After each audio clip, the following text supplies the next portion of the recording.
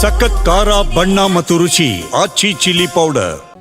ಎರಡನೇ ಬಾರಿಗೆ ಜನಾರ್ದನ್ ರೆಡ್ಡಿನೇ ಗುಂಡು ಹಾರಿಸಿದ್ದು ಅಂತಾರೆ. ಏನಿದ್ರ ಅರ್ಥ? ಮೊದಲ ಶವ ಪರೀಕ್ಷೆಯಲ್ಲಿ ಯಾಕೆ ಗುಂಡು ತೆಗೆಸಲಿಲ್ಲ?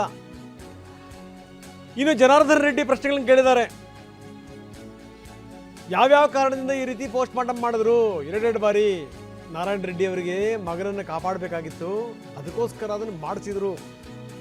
ಇದು ಜನಾರ್ದನ್ ರೆಡ್ಡಿ ಅವರ ಗಂಭೀರ ಆರೋಪ. ಮಗ ಕ್ರಿಮಿನಲ್ ಆದರೂ ಕೂಡ ರಕ್ಷಣೆಗೆ ಮುಂದಾಗಿದ್ದಾರೆ ಅಂತ ಆರೋಪಿಸಿದ್ದಾರೆ ರೆಡ್ಡಿ. ಮೃತನ ಪೋಸ್ಟ್ ಮಾಡಬೇಕು ಸಾಕಷ್ಟು ಚರ್ಚೆ ಆಗ್ತಾ ಇರುವಂಥದ್ದು. ಸರ್, ಏನಾಗಿದೆ ಸರ್ ಅಲ್ಲಿ ತಮ್ಮ ಮಾಹಿತಿ? ನೋಡಿ, 2 ಬಾರಿ ಪೋಸ್ಟ್ ಮಾರ್ಟಮ್ ಮಾಡಿದ್ದಾರೆ. 2 ಬಾರಿ ಪೋಸ್ಟ್ ಮಾರ್ಟಮ್ ಮಾಡಿದ್ದಾರೆ. ಪಾಪ ನಾರಾಯಣ ರೆಡ್ಡಿ ಅವ್ರ ಮಗನ್ನ, ಅವನು ಕ್ರಿಮಿನಲ್ ಆದರೂ ಕೂಡ ಮಗನ್ನ, ತಂದೆ ಕೂಡ ಕ್ರಿಮಿನಲ್ ಮೆಂಟಾಲಿಟಿನೇ, ಆ ಮಗನ್ನ ಕಾಪಾಡ್ಕೋಬೇಕಲ್ಲ. ಸೊ ಹಾಗಾಗಿ ಏನಾದರೂ ನಮ್ಮ ಕಡೆಯಿಂದ ಬಂತ ಅಂಥೇಳಿ ಅವ್ರಿಗೆ, ಯಾಕಂದರೆ ಅವರು ಫೀಲ್ಡಲ್ಲಿ ಇದ್ದಿಲ್ಲ, ಅವರು ಸ್ಪಾಟಲ್ಲಿ ಇಲ್ಲ ಅಂತ ಮನೆಯಲ್ಲಿದ್ದೇ ಪ್ಲ್ಯಾನ್ ಮಾಡ್ತಾರೆ ನಾರಾಯಣ ರೆಡ್ಡಿ. ಸೊ ಹಾಗಾಗಿ ಏನಾದರೂ ನಮ್ಮ ಕಡೆಯಿಂದ ಆಗಿರ್ಬೋದು ಅಂಥೇಳಿ ನಮ್ಮ ತಲೆ ಮೇಲೆ ಹಾಕ್ಲಿಕ್ಕೆ ಅಂತೇಳಿ ಪಾಪ ಏನಾದರೂ ಪ್ಲ್ಯಾನ್ ಹಾಕಿ 2 ಬಾರಿ ಪೋಸ್ಟ್ ಮಾರ್ಟಮ್ ಮಾಡಿರುವಂಥ ವಿಷಯ ಅದು. ಸರ್, ಈಗ ಸಿದ್ದರಾಮಯ್ಯನವರು ಬೆಂಗಳೂರಿಂದ ಬಳ್ಳಾರಿಗೆ ಪಾದಯಾತ್ರೆ ಮಾಡಿದ್ದು ಆ ಸಂದರ್ಭದಲ್ಲಿ ಈ ಗುಂಡಿನ ಪ್ರಕರಣಕ್ಕೆ ಸಂಬಂಧಪಟ್ಟಂತೆ ಬಳ್ಳಾರಿಯಿಂದ ಏನಾದರೂ ಬೆಂಗಳೂರಿಗೆ ಪಾದಯಾತ್ರೆ ಮಾಡುವಂಥದ್ದು ಯೋಚನೆ ಬಿಜೆಪಿ?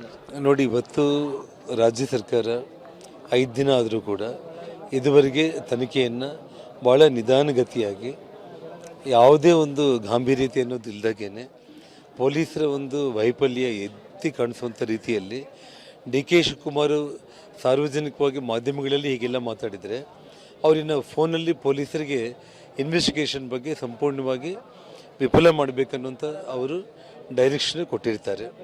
ಹಾಗಾಗಿ ಇದು ಮುಖ್ಯಮಂತ್ರಿಗಳು ಗಂಭೀರವಾಗಿ ಯೋಚನೆ ಮಾಡಬೇಕು. ನಾವು ಇದ್ರ ಬಗ್ಗೆ ಗಂಭೀರವಾಗಿ ಯೋಚನೆ ಮಾಡ್ತಾ ಇದ್ದೀವಿ. ಈ ವಿಚಾರದಲ್ಲಿ ಇದೇ ರೀತಿ ನಾಳೆ ನಾಡಿದ್ದು ಕೂಡ ಹೀಗೆ ಮುಂದುವರೆದರೆ ನಮ್ಮ ಪಕ್ಷದ ಹಿರಿಯರು ನಮ್ಮ ಜೊತೆಯಲ್ಲಿ ನಾವೆಲ್ಲ ಮಾತಾಡಿಬಿಟ್ಟು ಏನು ನಿರ್ಧಾರ ತಗೋಬೇಕು ಅನ್ನೋದನ್ನು ತಗೊಳ್ತೀವಿ.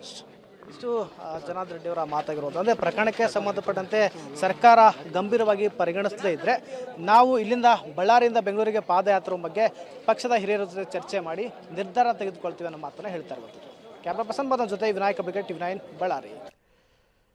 ಇದಕ್ಕೆ ಸಂಬಂಧಪಟ್ಟಂಗೆ ಸಿಎಂ ಕೂಡ ಪ್ರತಿಕ್ರಿಯೆ ಕೊಟ್ಟಿದ್ದಾರೆ. ಇದನ್ನು ಯಾವುದಕ್ಕೆ ಒಪ್ಪಿಸಬೇಕು? CIDಗೆ ಒಪ್ಪಿಸಬೇಕಾ, ನ್ಯಾಯಾಂಗ ತನಿಖೆಗೆ ಒಪ್ಪಿಸಬೇಕಾ? ಇದ್ರ ಬಗ್ಗೆ ನಾಳೆ ನಾವು ತೀರ್ಮಾನಕ್ಕೆ ಬರ್ತೀವಿ ಅಂತಾರೆ ಸಿಎಂ. ಮೈಸೂರಿನಲ್ಲಿ ಸಿಎಂ ಸಿದ್ದರಾಮಯ್ಯ ಮಾತಾಡಿದ್ರು. ನಾಳೆ ನಾನು ಹೋಮ್ ಮಿನಿಸ್ಟರ್ ಜೊತೆ ಮಾತಾಡ್ತೀನಿ, ಆಮೇಲೆ ನಿರ್ಧಾರಕ್ಕೆ ಬರ್ತೀವಿ ಅನ್ನುವಂಥ ಮಾತನ್ನು ಹೇಳಿದ್ದಾರೆ. ಪೊಲೀಸರು ಅವರ ದಕ್ಷತೆ ಬಗ್ಗೆ ನಮಗೆ ಯಾವುದೇ ಅನುಮಾನಗಳಿಲ್ಲ ಅನ್ನುವಂಥ ಮಾತನ್ನು ಕೂಡ ಸಿಎಂ ಹೇಳಿದ್ದಾರೆ.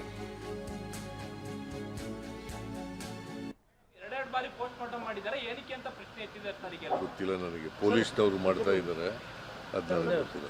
ಸಿಟ್ಟಿಂಗ್ ನ್ಯಾಯಾಧೀಶರಿಂದ ತನಿಖೆ ಆಗಬೇಕು ಅನ್ನೋದು ಬಿಜೆಪಿ ಒತ್ತಾಯ. ಸಿಟ್ಟಿಂಗ್ ನ್ಯಾಯಾಧೀಶ ಆಗಬೇಕು ನೋಡಿ, ನಮ್ಮ ಪೊಲೀಸ್ನವರು ತನಿಖೆ ಮಾಡಿ ಅವರಿಗೆ ಇನ್ವೆಸ್ಟಿಗೇಷನ್ ಮಾಡ್ತಾ ಇದ್ದಾರೆ. ಇನ್ವೆಸ್ಟಿಗೇಷನ್ ಮಾಡಿ ಗೊತ್ತಾಗಲಿ, ಸತ್ಯ ಏನು ಅಂತ ಗೊತ್ತಾಗಲಿ, ಅದಾದಮೇಲೆ ಮಾತಾಡ್ತೀನಿ. ವಿಚಾರದಲ್ಲಿ CID ತನಿಖೆ ಆಗಬೇಕು ಅನ್ನುವಂಥದ್ದು ಒಂದು ಕಡೆಯಲ್ಲಿ ನಾನು ಪರಮೇಶ್ವರ್ ಜೊತೆ ಮಾತಾಡ್ತೀನಿ. ನನ್ನ ಜೊತೆ ಮಾತಾಡಿಲ್ಲ ಅವರು, ಪರಮೇಶ್ವರ್. ನಾಳೆ ಮಾತಾಡ್ತೀನಿ.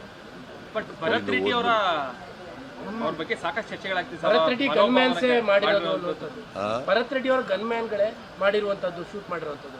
ನೋಡೋಣ, ಈಗ ಅದು ತನಿಖೆ ಆಗಲಿ, ತನಿಖೆಯಿಂದ ಹೊರಬಂದ ಮೇಲೆ ಗೊತ್ತಾಗ್ತದಲ್ಲ ಸತ್ಯ ಏನು ಅಂತ.